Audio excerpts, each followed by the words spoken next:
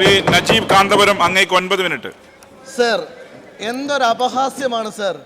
ഒരു സമര സംഘടനയെന്ന് അവകാശപ്പെടുകയും അതിൽ ഊറ്റം കൊള്ളുകയും ചെയ്യുന്ന ഒരു പ്രസ്ഥാനത്തിൻ്റെ അംഗമായ ശ്രീ ബാലചന്ദ്രൻ ഈ ഒരു സഭയിൽ സമരത്തിലിരിക്കുന്ന 2 ഞങ്ങളുടെ സഹപ്രവർത്തകരെ കുറിച്ച് പറഞ്ഞത് കേൾക്കുമ്പോൾ അപമാനവും ഒരു പരിഹാസവും മാത്രമേ തോന്നുള്ളൂ. വളരെ രസകരമായൊരു കാര്യമുണ്ട്. അദ്ദേഹം പ്രസംഗിച്ചപ്പോൾ പറഞ്ഞ ഒരു കാര്യം, ഇപ്പോൾ സർക്കാർ ആസ്പത്രിയിലേക്ക് പോയാൽ പേഴ്സ് വേണ്ട. പക്ഷേ നിങ്ങൾ മനസ്സിലാക്കണം, ഇന്ന് സർക്കാർ ആസ്പത്രിയിൽ പോയാലാണ് ഏറ്റവും കൂടുതൽ പേഴ്സ് കീറുന്നത് എന്ന് ആർക്കാണ് അറിയാത്തത്?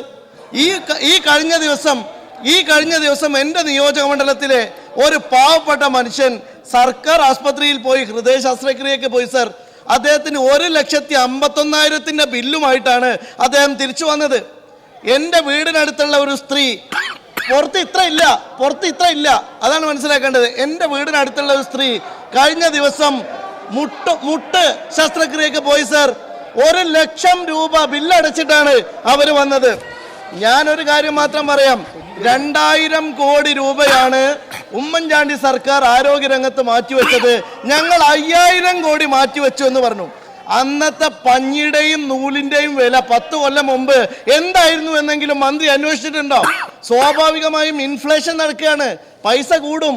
അപ്പൊ സ്വാഭാവികമായി നിങ്ങൾ മാറ്റിവെക്കുന്നതാണ്. പക്ഷേ രസകരമായൊരു കാര്യം, ബഹുമാനിയായ നമ്മുടെ ആരോഗ്യമന്ത്രി വളരെ മികച്ചൊരു അവതാരകയാണ്.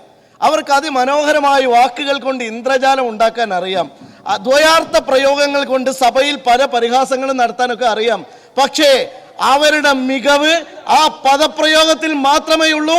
അവരിവിടെ നടത്തുന്നത് സമ്പൂർണ്ണ പരാജയമാണ് ആരോഗ്യരംഗത്ത് എന്ന് പറയാതിരിക്കാനാവില്ല സർ. ഞാനൊരു കാര്യം മാത്രം പറയാം, വലിയ കെട്ടിടങ്ങൾ കിഫ്ബി ഉണ്ടാക്കുന്നുണ്ട്, ശരിയാണ്. വലിയ പെയിന്റ് അടി നടക്കുന്നുണ്ട്, ശരിയാണ്. വലിയ തോതിൽ ഉപകരണങ്ങൾ വാങ്ങിക്കൂട്ടുന്നുണ്ട്, ശരിയാണ്. പക്ഷെ ആസ്പത്രിയിൽ സാധാരണക്കാർക്ക് ചികിത്സ കൊടുക്കേണ്ട ഒരു സംവിധാനവും കേരളത്തിൽ ഇല്ല എന്നതാണ് സർ യാഥാർത്ഥ്യം. നമുക്ക് അതേക്കുറിച്ചല്ലേ സംസാരിക്കേണ്ടത്, അതല്ലേ ആശങ്കപ്പെടുത്തേണ്ടത്. ഇന്നിപ്പോൾ നോക്കൂ നിങ്ങൾ, കേരളത്തിലെ എല്ലാ ഗവൺമെന്റ് ഹോസ്പിറ്റലുകളിലും കേരളത്തിലെ എല്ലാ മെഡിക്കൽ കോളേജുകളിലും ഇന്ന് കോടിക്കണക്കിന് രൂപ കൊടുക്കാനുണ്ട്. എന്നിട്ട് എന്താ ചെയ്യുന്നത്? നേരെ പുറത്ത് വാങ്ങിയിട്ട് ഈ പൈസ കൊടുക്കാനുള്ളവർക്ക് പൈസ കൊടുക്കാതെ നേരെ അതിൻ്റെ 3 ഇരട്ടി വില HLL വഴി വാങ്ങിക്കൂട്ടി കേരളത്തിലേക്ക് കൊണ്ടുവരാൻ. അതിൻ്റെ പിറകിലെ സാമ്പത്തിക ലക്ഷ്യം എന്താണ്, അഴിമതി എന്താണ് എന്നതിനെ കുറിച്ച് ഞാനിപ്പോൾ പറയുന്നില്ല. ഒരു കാര്യം ഉറപ്പാണ്, ഇവിടെ വളരെ കൃത്യതയോടുകൂടി നിങ്ങളുടെ ഫോക്കസ് എന്ന് പറയുന്നത് സാധനങ്ങൾ വാങ്ങിക്കൂട്ടുന്നതിലാണ്. നിങ്ങളുടെ ഫോക്കസ് സാധാരണക്കാരന് ചികിത്സ കിട്ടുന്നതിലല്ല. നിങ്ങളുടെ ഫോക്കസ് ഈ നാട്ടിലെ പാവങ്ങൾക്ക് ചികിത്സ കൊടുക്കുന്നതിലല്ല. പാവങ്ങൾക്ക് ഒരു ചികിത്സയും സർക്കാർ ആസ്പത്രിയിൽ കിട്ടാത്ത വിധം നമ്മുടെ സംവിധാനങ്ങൾ പാടെ തകർന്നിരിക്കുകയാണ് സർ. ഞാൻ ഏറ്റവും രസകരമായൊരു കാര്യം പറയാം. ഇവിടെ നമ്മളുടെ പ്രൈമറി ഹെൽത്ത് സെന്ററുകളിൽ ഒരുപാട് ഡോക്ടർമാരുണ്ട്. ഈ ഡോക്ടർമാരൊക്കെ ഹൈ ക്വാളിഫിക്കേഷൻ ഉള്ള ഡോക്ടർമാരാണ്. എന്നാൽ ഇവരെ ഒരിക്കലും നിങ്ങളൊരു നല്ല സർക്കാർ ആസ്പത്രി, ജില്ലാ ആസ്പത്രിയിലേക്ക് നിയമിക്കില്ല. കാരണം ഇതെല്ലാം പൊളിറ്റിക്കൽ അപ്പോയിന്റ്മെന്റ് ആണ്. കേരളത്തിൽ നടക്കുന്ന മുഴുവൻ ഡോക്ടർമാരുടെയും നിയമനവും സ്ഥലം മാറ്റവും പൊളിറ്റിക്കൽ അപ്പോയിന്റ്മെന്റ് ആക്കിയതാണ് നിങ്ങൾ ചെയ്ത ഏറ്റവും വലിയ പാതകം. അതുകൊണ്ട് ഹോസ്പിറ്റലുകളിൽ ഗൈനക്കോളജിസ്റ്റ് ഉണ്ട്. എത്ര ഹോസ്പിറ്റലിൽ ഗൈനക്കോളജിസ്റ്റ് ഉണ്ട്? പക്ഷെ അവിടെ ഒരു പ്രസവം പോലും, ഒരു സിസേറിയൻ പോലും നടക്കുന്നില്ല. കാരണം അവിടെ അനസ്തേഷ്യക്ക് ഡോക്ടർ ഇല്ല.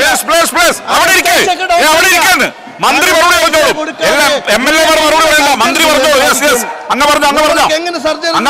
കഴിയും? മന്ത്രി പറഞ്ഞോളൂ, നിങ്ങൾ അവിടെ ഇരിക്ക്. അടിയന്തര പ്രമേയം ചർച്ചക്കെടുത്ത് അതുകൊണ്ടാണ്. മന്ത്രി പറഞ്ഞോളൂ, മന്ത്രി കയ്യിൽ ശേഷിയുണ്ട്, നിങ്ങൾ സപ്പോർട്ട് ചെയ്യണ്ട. മന്ത്രി കയ്യിൽ ശേഷിയുണ്ട്. കോടാനുകോടി രൂപയുടെ ഐഡിലിംഗ് എക്യുപ്മെന്റുകൾ കിടക്കുകയാണ്. എന്റെ നിയോജക മണ്ഡലത്തിലെ പെരിന്തൽമണ്ണ മണ്ഡലത്തിൽ കോടാനുകോടി രൂപയുടെ എക്യുപ്മെന്റുകൾ വെറുതെ കിടക്കുകയാണ്. അത് ഉപയോഗിക്കുന്നില്ല, തുരുമ്പെടുത്ത് നിൽക്കാൻ. 9 കൊല്ലമായി സാധനം വാങ്ങിയിട്ട്. നിങ്ങളുടെ 1ാം പിണറായി സർക്കാർ വന്ന സമയത്ത് വാങ്ങിക്കൂട്ടിയ ഉപകരണങ്ങൾ തുരുമ്പെടുത്ത് പെരിന്തൽമണ്ണ ജില്ലാ ആസ്പത്രിയിൽ കിടക്കുകയാണ്. നിങ്ങൾക്കൊരു ചുണ്ണാമ്പ് ചെയ്യാൻ കഴിയുന്നില്ല. നിങ്ങൾ ഡോക്ടർമാരുടെ വർക്കിംഗ് പാറ്റേൺ നിങ്ങൾക്ക് ഉണ്ടാക്കാൻ സാധിച്ചിട്ടുണ്ടോ? എവിടെയാണ് ഒരു സാധാരണ നമ്മുടെ എല്ലാ സ്ഥലത്തും 100 കണക്കിന്, ഇവിടെ ബഹുമാന്യയായ ആരോഗ്യമന്ത്രി പറഞ്ഞു, ഇവിടെ ആളുകൾ വരുന്നത്, ഹോസ്പിറ്റലിൽ വരുന്നത് കൂടിയിട്ടുണ്ട്. ഹോസ്പിറ്റലിൽ വരുന്ന കൂടി എന്താ അറിയോ? നിങ്ങളുടെ ഭരണം മൂലം ആളുകൾ തകർന്നടിഞ്ഞ് 5 നയാ പൈസ എടുക്കാനില്ലാത്തതുകൊണ്ട് ഹോസ്പിറ്റലിലേക്ക് വരുന്നു. പക്ഷേ ഈ വരുന്ന ഹോസ്പിറ്റലുകളിലേക്ക് വരുന്ന പാവപ്പെട്ട രോഗിയെ മുഴുവനും നിങ്ങൾ റെഫറൽ ചെയ്തിട്ട് റെഫറൽ ആസ്പത്രിയിലേക്ക് വിടുകയാണ്. എവിടെ ചികിത്സ കിട്ടുന്നത്? എവിടെ ചികിത്സ നടക്കുന്നത്? മെഡിക്കൽ കോളേജിൽ പോലും ചികിത്സ കിട്ടാത്ത ഒരു കാലമായി ഈ നാട് മാറിയിട്ടുണ്ടെങ്കിൽ സിസ്റ്റം തകരാറിലാണ് മിനിസ്റ്ററെ. സിസ്റ്റം തകരാറിലാകുന്നത് ഭരിക്കാൻ അറിയാത്തത് കൊണ്ടാണ്. ഭരിക്കാൻ അറിഞ്ഞാൽ സിസ്റ്റം നേരെയാകും. ഞങ്ങൾ ഭരിച്ച കാലത്തൊക്കെ സിസ്റ്റം നേരെയായിരുന്നു. അത് തകരാറായത് നിങ്ങളുടെ തകരാറ് കൊണ്ട് മാത്രമാണ്. ഞങ്ങൾക്കിതിൽ സഹതാപം മാത്രമേ ഉള്ളൂ. ഇതൊക്കെ തുറന്നു പറഞ്ഞാലോ? ഡോക്ടർ ഹാരിസ് ഇത് തുറന്നു പറഞ്ഞപ്പോഴോ ഉന്നത ഉദ്യോഗസ്ഥന്മാർ മൊബൈലിൽ നിർദ്ദേശം കൊടുക്കുകയാണ് പത്രസമ്മേളനം നടത്തുമ്പോൾ അയാൾക്കെതിരെ നടപടിയെടുക്കാൻ. അല്ലേ? നാണമില്ലേ നിങ്ങൾക്ക്? ഇങ്ങനെ സത്യം പറയുന്ന മുഴുവൻ ആളുകളും ക്രൂശിക്കപ്പെടുന്ന ഒരു കാലമാണ് ഇതെന്ന് ആർക്കാണ് അറിയാത്തത്? ഇപ്പോ നമ്മൾ പഞ്ഞും കത്രികയൊക്കെ കൊണ്ടുപോയാലും പോരാ, മെഡിക്കൽ എക്യുപ്മെന്റുകൾ കൂടി കൊണ്ടുപോയി കൊടുക്കണം. ഇതെല്ലാം കൊണ്ടുപോയി കൊടുത്ത് അവിടെ നോക്കുമ്പോൾ അവിടെ ഡോക്ടർ ഉണ്ടാവില്ല. ഇവിടെ സ്കാനിങ് നടത്താൻ പറയുമ്പോൾ ആ സ്കാനിങ്ങിനുള്ള സംവിധാനം അവിടെ ഇല്ല. നിങ്ങൾ മനസ്സിലാക്കേണ്ടത്, നിങ്ങൾ വാങ്ങിക്കൂട്ടുന്ന ഉപകരണങ്ങളുടെ പിന്നിൽ നടക്കുന്ന കോടാനുകോടിയുടെ അഴിമതിയല്ലാതെ ഈ ആരോഗ്യ വകുപ്പിൽ എന്താണ് നടക്കുന്നത് എന്ന ഒരു കൃത്യമായ ആലോചന വേണം. നമ്മുടെ സംസ്ഥാന മെഡിക്കൽ കോളേജുകൾ ഒഴിച്ച് ഹെൽത്ത് സർവീസിന് കീഴിലുള്ള ആസ്പത്രികളിൽ ഉച്ചയ്ക്ക് ശേഷം എമർജൻസിയായും ഓപ്പറേഷൻ ഒന്നും ചെയ്യാൻ പറ്റാത്ത സ്ഥിതിയാണ്.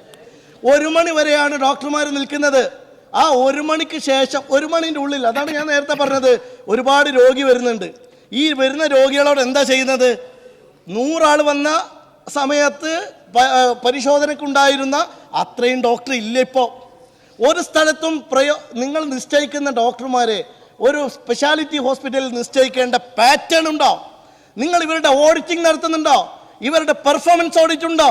ഈ ഡോക്ടർമാർ ചെയ്യുന്ന പ്രവർത്തനങ്ങളെ കുറിച്ച് വല്ല ധാരണയും ഇവിടെ നിൽക്കുന്ന DHS എന്ന് പറയുന്ന ഉദ്യോഗസ്ഥയ്ക്ക് ഉണ്ടോ? അവരുടെ പണി എന്താണ്? അവരുടെ പണി മന്ത്രിക്ക് പിന്നാലെ വാലായി നടക്കലാണ്. എല്ലാ മാസാമാസവും നിങ്ങൾ മീറ്റിംഗ് ചേർന്ന് എന്താണ് കേരളത്തിൽ കൊണ്ടുവരുന്നത്? അവാർഡ് വാങ്ങാനുള്ള ക്രൈറ്റീരിയ ഉണ്ടാക്കാൻ നിങ്ങൾ നല്ല മിടുക്കന്മാരാണ്. നല്ല അവാർഡും നല്ല ട്രോഫിയൊക്കെ മന്ത്രിയുടെ ഓഫീസിൽ നിറഞ്ഞു കവിഞ്ഞിട്ടുണ്ട്.